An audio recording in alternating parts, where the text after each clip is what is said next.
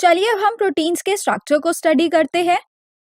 सबसे पहले आपके सामने यहाँ पर ये बताया है कि प्रोटीन के 4 तरीके के स्ट्रक्चर देखने को मिलते हैं।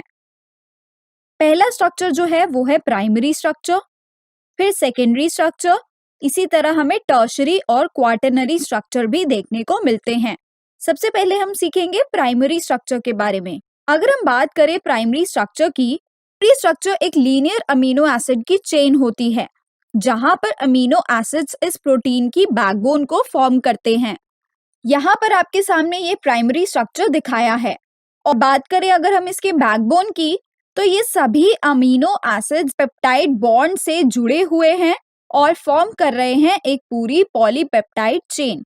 इसी को हम कहते हैं प्रोटीन का प्राइमरी स्ट्रक्चर, यानी कि एक लीनियर सीक्वेंस। ये सभी यहाँ पर अमीनो एसिड की सब यूनिट्स हैं।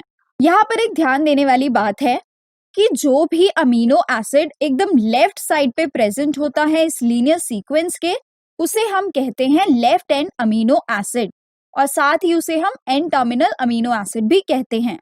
अगर हम बात करें जो अमीनो एसिड एकदम राइट एंड पे प्रेजेंट होता है, उसे हम कहते हैं राइट एंड अमीनो एसिड, या फिर उसे हम सी टर्मिनल अमीनो एसिड भी कहते हैं।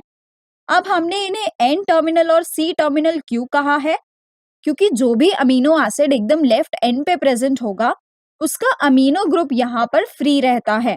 क्योंकि इसका जो कार्बोक्सिल ग्रुप है वो अगले अमीनो एसिड के साथ बॉन्डिंग फॉर्म कर रहा होता है, इसीलिए इसका यहाँ पर ये अमीनो ग्रुप फ्री रहता है और इसे हम कहते हैं एन टर्मिनल अमीनो एसिड।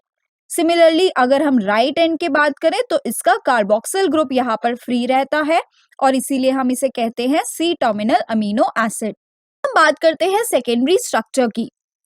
तो प्रोटीन्स के अंदर जो सेकेंडरी स्ट्रक्चर होता है वो बेसिकली फॉर्म होता है पॉलीपेप्टाइड चेन्स के ट्विस्टिंग और फोल्डिंग से।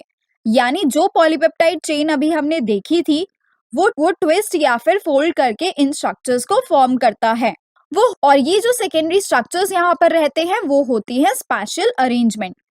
ये यहाँ पर 2 तरीके के देखने को मिलते हैं, अल्फा हेलिक्स और साथ ही ये बीटा प्लीटेड शीट्स की फॉर्म में भी देखने को मिलते हैं। अगर हम बात करें ह्यूमंस के अंदर प्रोटीन्स की, हमेशा वो राइट हैंड फैशन में ही कॉइल होते हैं और एक हेलिकल स्ट्रक्चर को फॉर्म करते हैं। यानी हमारे पास 2 तरह के सेकेंडरी स्ट्रक्चर्स हमें दिखते हैं, अल्फा हेलिक्स और बीटा शीट्स। हम जानते हैं टर्शरी स्ट्रक्चर के बारे में। तो अगर हम टर्शरी स्ट्रक्चर की बात करें, वो एक 3D अरेंजमेंट होता है किसी भी फंक्शनल प्रोटीन का। यानी जो अभी हमने हेलिकल और बीटा प्लीटेड स्ट्रक्चर्स देखे थे, और भी ज्यादा कॉइल हो जाता है जिसे हम सुपर कॉइलिंग भी कहते हैं।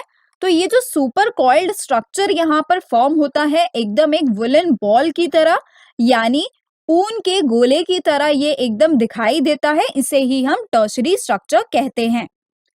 Tertiary structure is absolutely necessary for many biological activities of proteins. यानी ये जो टर्शरी स्ट्रक्चर है वो प्रोटीन्स की बायोलॉजिकल एक्टिविटीज के लिए बहुत ही ज्यादा जरूरी रहता है। अब हम जानते हैं क्वाटरनरी स्ट्रक्चर के बारे में।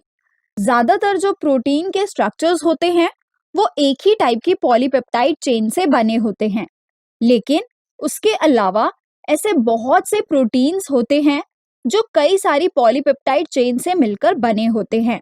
ऐसे प्रोटीन्स के अंदर जो एक टाइप की पॉलीपेप्टाइड चेन होगी उसे हम कहते हैं सब यूनिट। यानी ऐसे प्रोटीन्स एक या एक से ज्यादा सब यूनिट से बने रहते हैं। जैसे कि आप यहाँ पर देख रहे हैं, ये यहाँ पर डिफरेंट कलर जो आप देख रहे हैं वो और कुछ नहीं है बल्कि अलग अलग पॉलीपेप्टाइड चेन है, और इन्हें ही हम सब यूनिट्स कहते हैं। सब यूनिट्स के स्पेशल अरेंजमेंट को हम कहते हैं क्वाटरनरी स्ट्रक्चर। है इसका एक एग्जाम्पल, यहाँ पर आपके सामने एक अडल्ट ह्यूमंस के अंदर हीमोग्लोबिन का स्ट्रक्चर दिखाया है। तो यहाँ पर आप देख सकते हैं कि ये 4 सब यूनिट से मिलकर बना है, जिसमें से 2 सब यूनिट्स होती है बीटा चेन की और 2 सब यूनिट्स होती है अल्फा चेन की।